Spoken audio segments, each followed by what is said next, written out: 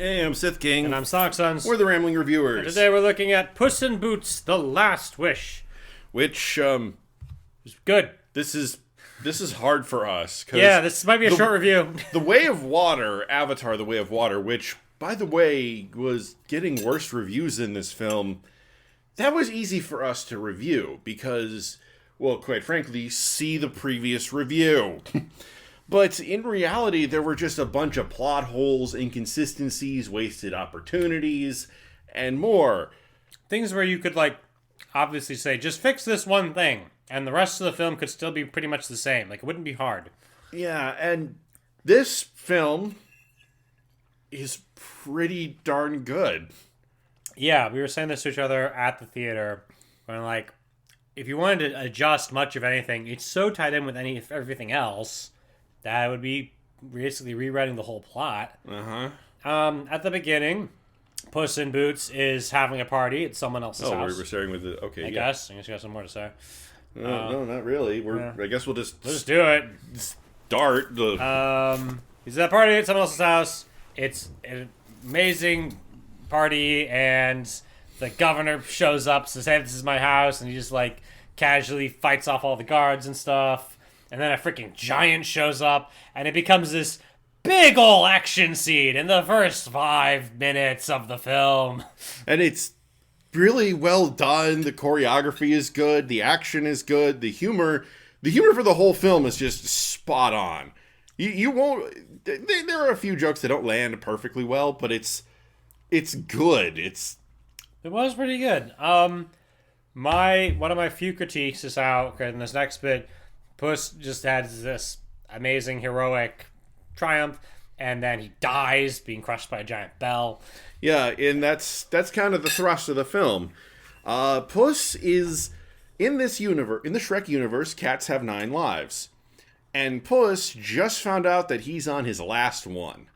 That bell that fell and crushed him. Yeah, he actually died. Yeah, he took out his 8th life. It's not entirely clear how the resurrection process works with cats, but okay. It's a Shrek movie. His corpse just woke up a few minutes later, or something like that. Yeah, we technically didn't see him regenerate, so and he had the same voice, so I don't know. He's not the Doctor, you're telling me? No, they're not Time Lords. Okay.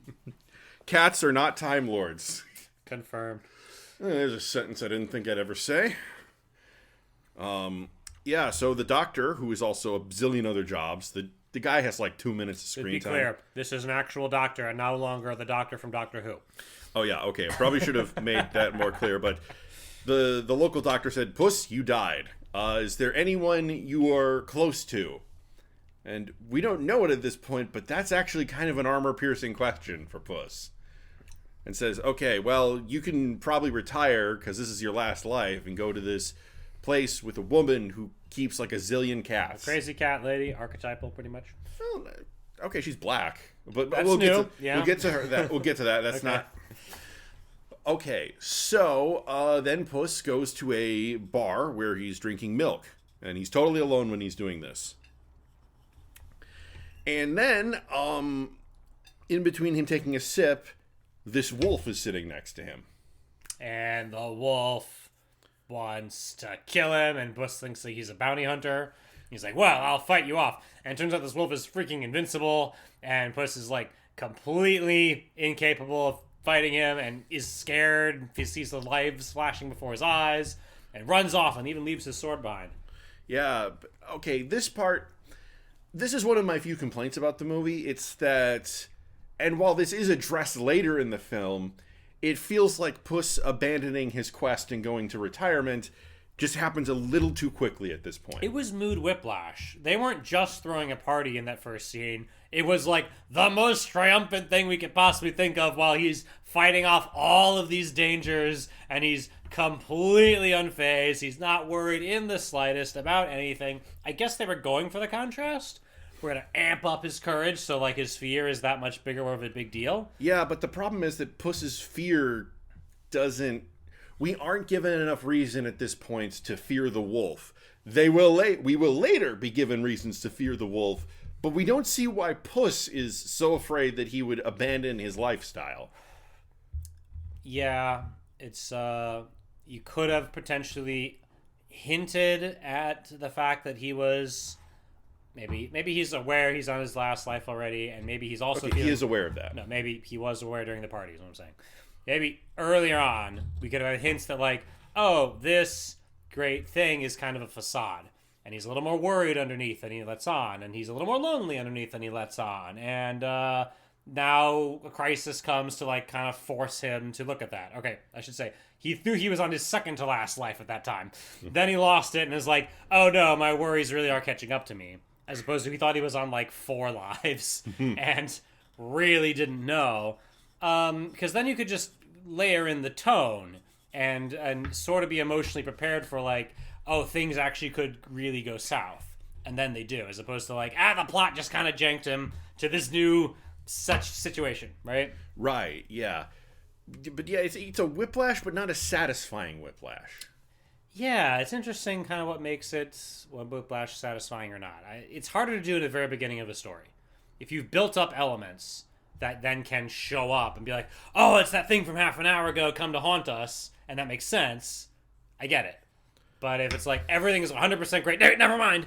That was quick. All of a sudden, Puss gets one scratch, and like by the wolf's blade, he dabs his forehead, and there's blood on his paws. Then he throws away his sword and he runs for his life. You could have also... I like that they were doing a reveal that we find out the wolf is death eventually. Okay, well... This is a review. We always spoil it. Okay, fine. It's eventually revealed that the wolf is death itself. Which is cool. And I get that they're doing a reveal with that. You could have made that internal reveal to the audience, but Puss recognizes the guy because he's, like, seen him at his previous deaths, or he's, like, read about it in a book or something, and we could be like, oh, he's all scared, but it's like a mystery why he's scared, and we're wondering. We eventually get the answer, and it would make more sense than why he gives up, because this is his first face-to-face battle with death itself, you know? So not like a huge deal, though, because eventually the rest of the plot does get going. Yeah, the rest of the plot does get going, and, you know, it's fine. The problem with this film, when it comes to a reviewing standpoint, is that the film is, even if we have problems, those problems eventually get ironed out by the rest of the script. Pretty much, yeah. He goes to the cat place. And he eventually descends into being a house cat. And the crazy cat lady is a sassy black woman. Which, you know, not really what I was expecting for Crazy Cat Lady. I usually expect something like the literal Crazy Cat Lady from, you know, Kids Next Door, where she has like a zillion cats and she's insane and delusional, you know? But this one, she's... more lovable than the average cat lady. Also sassy black woman. Also, she's hiding the fact that she has roughly as many cats as the population of New York City by saying, no, we don't have any cats here. Are you from the health inspector? Yeah. So Puss descends into, like, the world's pretty lousiest retirement, loses his dignity and stuff. You could have started the film there, actually. Be like, you are probably wondering why I, Puss in Boots, have descended to this madness. Well, let me tell you. And then we go back to the party, and that would bring intention to the party. Like, it looks great, but we know something bad is going to happen. And then we get that. I think that would have been a little more satisfying. A little more, yeah. Yeah. Eventually, he realizes that one of the other cats is actually a dog in a cat costume, and the dog can talk. And the dog wants to become a therapy dog. Good for him. Yeah. And he's kind of the donkey of this movie, but, like, more innocent than Donkey even ever was. Yeah. We're going to call him Perito because He eventually is named Burrito, yeah. Okay, he's eventually named that at the end of the movie, but, you know, referring to him as the dog just doesn't feel right, you know? Yeah, yeah. And Perito does not manage to get a single hint about, you know, that Puss doesn't want anything to do with him at all. Come to think of it, this is a pattern. This is, okay, so Donkey to Shrek, Perito to Puss, and that sloth to that mammoth in Ice Age. Is there a name for this trope? Like, the lovable loser teams up with the cynic and then teaches him to be less cynical over time? Maybe. I don't know. Yeah. Anyway, but like it's still a pretty good dynamic. Perito's funny. You know. Yeah, he's pretty funny. The jokes pretty much all land in this film. Of course, that because this is a Puss in Boots film, and Puss in Boots is based on Zorro, we are not going to get 2 hours of Puss, shitting in a litter box and eating dry cat food. So immediately, 3 bears and a crazy lady with a staff break into the house by busting through a wall. I kind of like that they make it look like they're here for the bounty on Puss in Boots. In fact, she says at one point, like, we haven't, where is Puss in Boots? We have an offer for him. And I thought that was like a sarcastic line. How about the offer of, we kill you or we capture you and we get the money? Oh my god, I love that scene. Which one are you doing? That one right now or a different one? Okay. Papa Bear, make him a... Oh, yeah. Get her made to talk, yeah. Yeah. And the bear leans up close to the crazy cat lady and goes, pardon me, miss, we're looking for Puss in Boots. He's like carefully explaining this in a very polite way. And then, no, that's too soft, Mama Bear. And of course she tries to claw off the crazy cat lady's face. Too hard! Yep. Because this is Goldilocks and the Three Bears crime syndicates. They do the just right thing a lot. I sometimes felt it was a little one too many, but okay, I get it. But they made it work in a lot of different ways. But honestly, these characters are great. I'd love to see a film about them. Yeah. They had a fun dynamic of being scary but also lovable type of a thing. Yeah, like lovable rogues. Yeah, pretty much. Which is the Puss in Boots thing, too, so it fits. The interesting thing about them is that it's not a case of... it's clear Mama Bear views Goldilocks as her daughter and insists that, Baby Bear treats Goldilocks like his sister. And it's honestly one of the most heartwarming things in the entire film. Yeah. Once you see where it comes. Build it, yeah. Mm-hmm. And at the same time, Baby Bear kind of hates Goldilocks, and she kind of hates him, and kind of hates all 3 of them jumping ahead, because once they have, a real family, and there's a whole arc there discovering she had a real family already, which is interesting you have this much detail in, side characters. Yeah, it's pretty great. But anyways, it turns out they're looking for Puss in Boots. At this time, they're looking for Puss in Boots so that they can break into Jack Horner's... Pie factory. In order to get the map to the wishing star. Because at the beginning of the film, they explain that this wishing star crash landed into this magical forest. And apparently auto-generated a map to itself, which is convenient, but it is fairy tale logic, so okay. You know what? That works. Yeah. And they want to steal the map from Jack Horner. And then we get to see Jack Horner. Jack Horner is a bastard. He's basically every negative impulse in a human being. They take it up to 11. They make fun of it. They even have a conscience on his shoulder. But then she's like, holy crap, you're just evil. Yeah, basically. Turns out that Jack Horner's hobby is collecting magical artifacts. And when he hears about the wishing star, he's like, oh, we got to go get that wishing star. So I can get myself infinite power. Yeah, pretty much. He exposits to this little conscience bug that is legally distinct from Jiminy Cricket. Yes. But they call him the ethics bug. Yes. Where on earth did you get that? I don't know. Yeah. Then Softpaws is back from the last movie. I forgot Softpaws. That was a long movie ago, 12 years ago. I'm going to be honest here. I do not remember her from the last movie. I only know it because I was looking at TV tropes a minute ago and saw that she was reprising a role. Okay. But anyways, turns out that she's trying to steal the wishing star because she wants her own wish. I mean, basically everyone wants. Everyone wants a wish, yeah. It's a great way to motivate all your characters. Yeah. And they don't have the dragon radar, so, the summoning the dragon is reserved for Goku and his friends. Yes.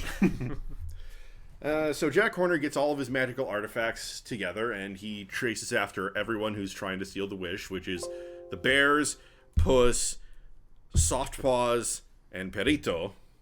Yeah, Perito's just here on for the ride, but yes, also there. So we have several groups together now. The first group is Puss, Softpaws, and Perito. Mm-hmm. And they're the good guys, the heroes we're rooting for.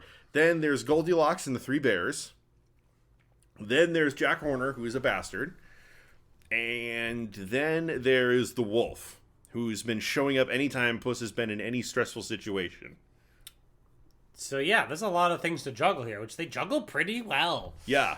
Like, you want to see the opposite of Spider-Man 3, this is kind of like that. So everything is, like, connected. What do you know? Good job. So he gets in the thing. Yeah, he meets Kitty there.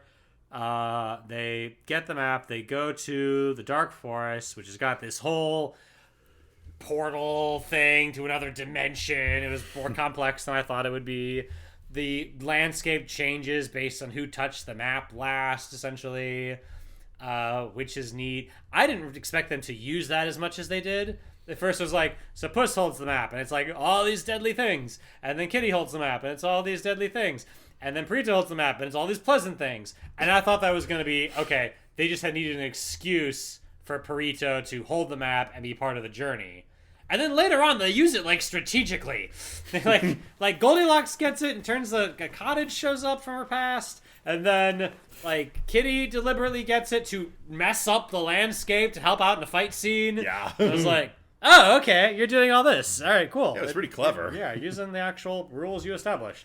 And it turns out that Perito, when they asked for Perito's backstory, it turns out that Perito really does not seem to understand that people wanted to kill him. Apparently his old owners tried to get rid of him in multiple ways, but he kept coming back, so they put him in a sock and put a rock in the sock and threw him into a river. But he survived, and he can't find his old owners, but he's like, oh, they're pranksters. Meanwhile, Puss and Soft Paws, who are like, they're not soft characters, they're like, oh my god. They're legitimately horrified by this. Right, so Perito becomes our, conscience type of guy in a way. Not in the literal sense with the bug, but, like, teaches everybody to maybe loosen up and trust each other a bit. And Kitty talks about how eventually we find her wish is to have one person she could trust. Puss's ideal wish is to get more lives, but is that really the right thing? Perito doesn't even have a wish. I thought maybe he was going to get it in the end. Yeah. And the rest for something really simple. I don't know. As they go on, the desires of each of the people is revealed because they tell their wish. Ironically, this means that they don't get the wish because they told someone their wish. Birthday wish logic. Yeah, though it's not at all clear that actually is a law of physics within this world type of thing. Yes, on the other hand, though, this is a fairy tale world, right. So it very well might be. It very well might be. Let's see. Turns out that Puss in Boots left Soft Paws at the altar. And then it turns out she left him at the altar at the same time. So nobody was at the altar. Mm-hmm. Nobody showed up to that church. She decided she didn't want to marry his big ego. And he decided he was scared of commitment and love and being, true or something. Yeah. Which was neat. It was neat that they had him leaving her at the altar. I see that they twisted that again. Which helps to explain how they can reconcile. She betrayed him just as much as he betrayed her, type of feeling. Mm-hmm. There's a really neat scene where there's a showdown between the Bears and Jack Horner and his Baker's men. Baker's dozen. Where, okay, look, Jack hates is like the worst towards his employees. We see multiple on-screen horrific deaths for people. They're getting, like, eaten and stuff. They're like, boss, please save me. And he's like, oh, what's in my magic bag of tricks? Like, messing around while the cricket's like, what are you doing? Yeah. Jack actually kills several of them, friendly fire. Yeah. It's not even like you have failed me kind of way. No, it's just like, I can't aim. All the sights off. Like, okay. Jesus Great. Christ. Oh, and the thing he's shooting with are baby unicorn horns. Half the weight and twice as sharp. Yep. Yeah. Jack is kind of... He doesn't really have much of a personality outside of incredibly irredeemably evil, but he's hilarious in that absolutely horribleness. It does help that he is sidelined a bit by all these other characters, because if it was just him being evil, like in too many minutes of the film, eventually it would kind of drag down the tone and make you feel depressed. But like, no, they kept it balanced, and they had other things, some heartwarming things in here and whatever. But yeah, during the first brawl between Jack, his people, the three bears and the protagonist. What a complex battle that was. Yeah. It worked. Yeah. It worked, definitely. But during that fight, Puss is like noticeably less confident than he was at the fights at the beginning. And he eventually sees the wolf sitting just elsewhere. And he freaks out and runs away into the forest. And it's clear when we find Puss, he's having a panic attack. He's legitimately having a panic attack. And Perito actually does his therapy dog thing and helps calm Puss down. Yeah, it was cute. It was Nice cute little and bonding kind of moment. timely. Yeah. And, like, relevant to, Yeah, and then we get the story about the wedding and the abandoned and all that. Which then Kitty overhears. So it's like every scene is developing something. There's some plot line being advanced somewhere. They thought this very carefully. And eventually we have the fight at the cottage I mentioned. So, during the earlier fight there, the bears get a hold of the cottage thing. And honestly, this is my favorite scene in the movie. I'm not even kidding. This is... When Goldilocks gets hold of the map, the region they're in turns into the Forest of Nostalgia. And it turns into a recreation of the bear's cottage years ago.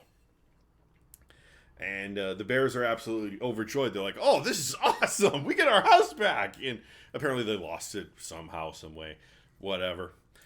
And then we see, like, little girl Goldilocks, reading from a nursery rhyme book. I mean... Fairy tale book? Fairy tale, yeah, sorry. Fairy tale book. Then does the usual, this bed is too hard, this bed is too soft. Except Mama Bear walks over to adult Goldilocks when she's viewing this, and he's like, oh, and here's the part where we found a little orphan girl sleeping in Baby Bear's bed, and we adopted her, and we've never been happier since, and everything has been just right. And I'm not gonna lie to you people, that hit me right in the feels. Yeah. That was, okay. And this is from a crime syndicate family. Yeah, crime syndicate family. Then a stupid crime syndicate family talking about this orphan girl they found that broke into their house and ate their food gave me more feels than the entirety of Avatar: Way of Water. Right. That tells you something. Puss in Boots, what the hell is this movie? Why are you so good? You don't have a right to be this good. Way better than the earlier Puss in Boots movie, too. Yeah. This is a stupid movie. This is a movie that got its start when an ogre made fart jokes and used a fairy tale book as toilet paper. That was a good movie, too, but in a different way. Okay, yes, I'm not saying it's not good. I'm just saying something can be good and not high art that makes you feel things. Looney Tunes is good, but it doesn't make you feel things. I see what you mean.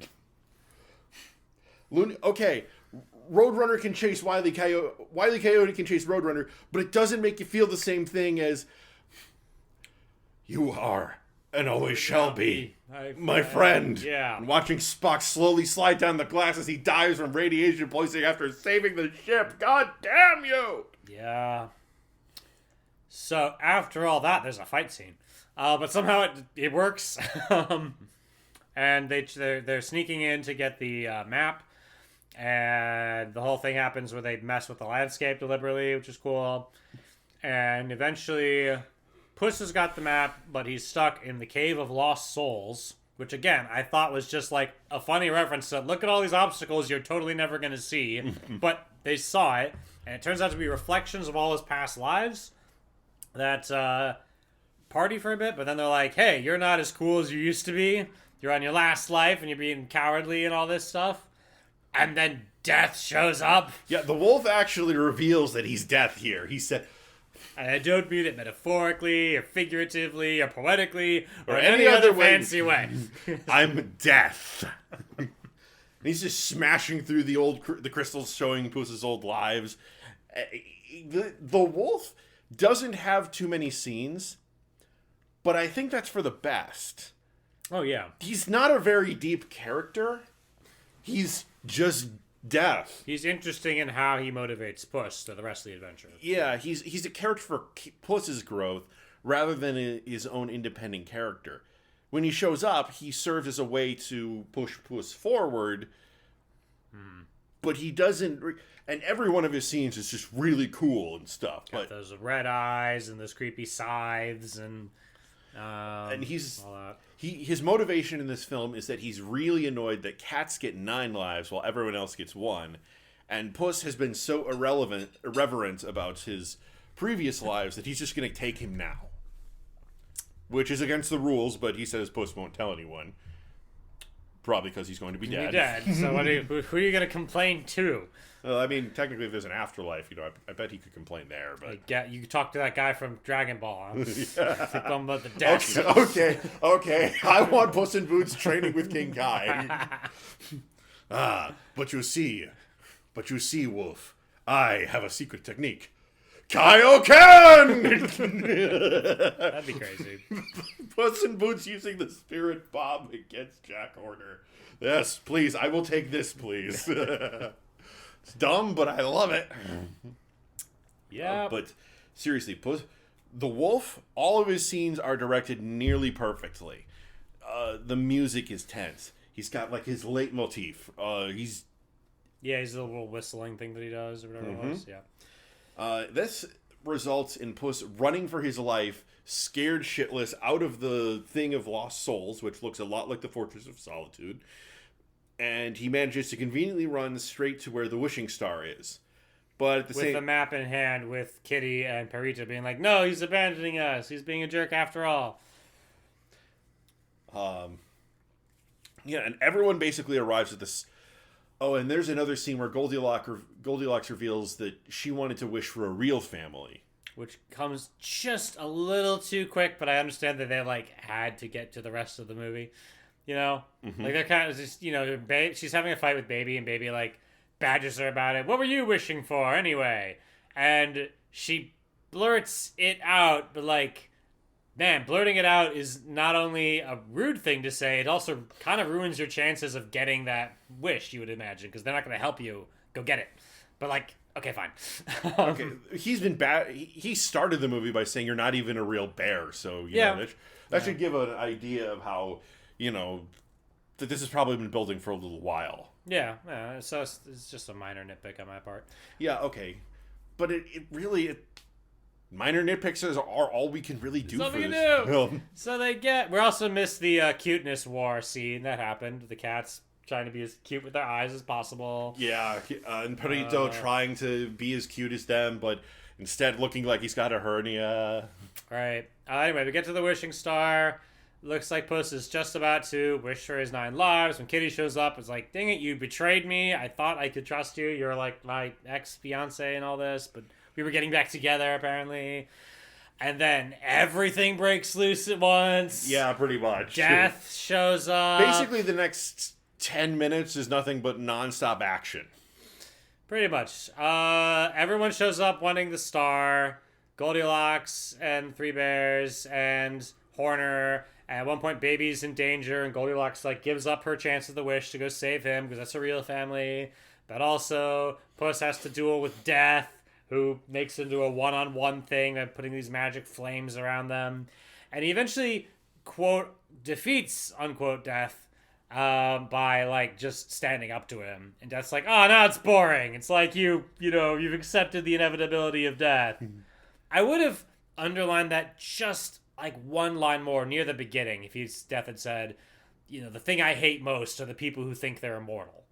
And Puss, then accepting his mortality is like, oh, okay, now you've, made it boring for me. You know what I'm saying? Just maybe a little bit, but I honestly thought it fit thematically really well. Because once Puss is clearly afraid of Death still, but he's standing up for him because he's not wasting his lives anymore. Because let's face it, all the other lives were basically wasted.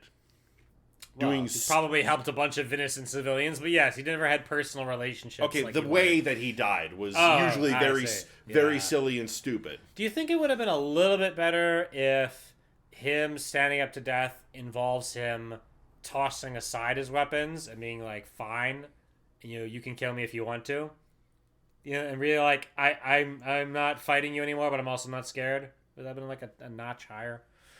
I don't know. I mean, it is... Maybe mentioning something about, I am not afraid of you but neither will I make it easy for you. That's what he said, actually. He said, "I will never stop fighting you." So yeah, that's the one, though, and that's fine too. Both is just like, okay, fine. I felt it fit thematically. Yeah. But then Jack Horner comes back because there was some, Chekhov's guns of cookies from Alice in Wonderland. Like, I totally like, oh, they mentioned that twice. That's definitely gonna come up in the climax. And it turns out that when he fell into his magic bag that was, magic. It's a bag of holding. It's a bag of holding. And he's a giant now, and Perito manages to distract him with actually cute eyes, which gives him a nosebleed, which is extra hilarious for me for some reason. And Jack is not swayed, but he's all like, aha, I was just tricking you so that team friendship could do things. And here's our team up moment, which we have 2 boss fights at the end, but we had one for the one-on-one thing and then another for the team thing, which I get. So they end up hurting Jack Horner, and they end up tearing/burning the map so that no one can ever get a wish. And Jack Horner gets sucked into a black hole type of thing as the whole thing explodes. And as he does, he screams, "What did I do to deserve this? I mean specifically!" Yeah. And then we're done. Nobody got their wish, but the Goldilocks family thing has been resolved, and Puss has got his girlfriend back, and he's got his new friend Perito, whose name is officially now Perito. And then it turns out that they're sailing away now on a boat to far, far away, a.k.a. the kingdom that Shrek rules. So that's cool. With Fiona. Shrek and Fiona rule. Yeah. So, yeah, it wraps up. It was a little busy at the end with so many things having to deal with. But it's... Fight scene and emotional development at the same time is hard to do. But just only a little busy. It was still good, comprehensible. Yeah. The worst we could say is that it felt busy, or this particular plot point didn't land well. The end came a little quick after the fight scene was done. It was a little in other movies would have had a few more minutes of denouement, or pronounce that. Mm-hmm.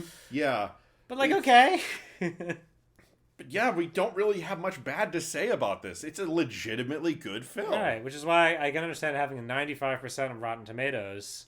It's not the best film ever, but you can't say it's a bad film by any stretch. So, no, of course everyone would give it a thumbs up. You had to choose. Yeah, this is solid. Yeah. I mean, I would definitely... This one actually, I think, has more replayability. Yeah. Than other good films. Even Ghostbusters, I've watched a half a dozen times, and that's my favorite film. But Wrath of Khan, you can watch that a few times, but I don't know, eventually you want to watch something else. This, you catch more details every time you look at it. Potentially. We've only seen it once so far, but yeah, I can understand with this much going on, there would be more to notice, potentially. So, that was good. Yeah, it was. I don't know what else to say about that. I don't know what else to say. All right, I guess that's it. Yeah, so go watch Puss in Boots. This is good. Anyways, I'm Sith King. I'm Sonic Sense. Signing off.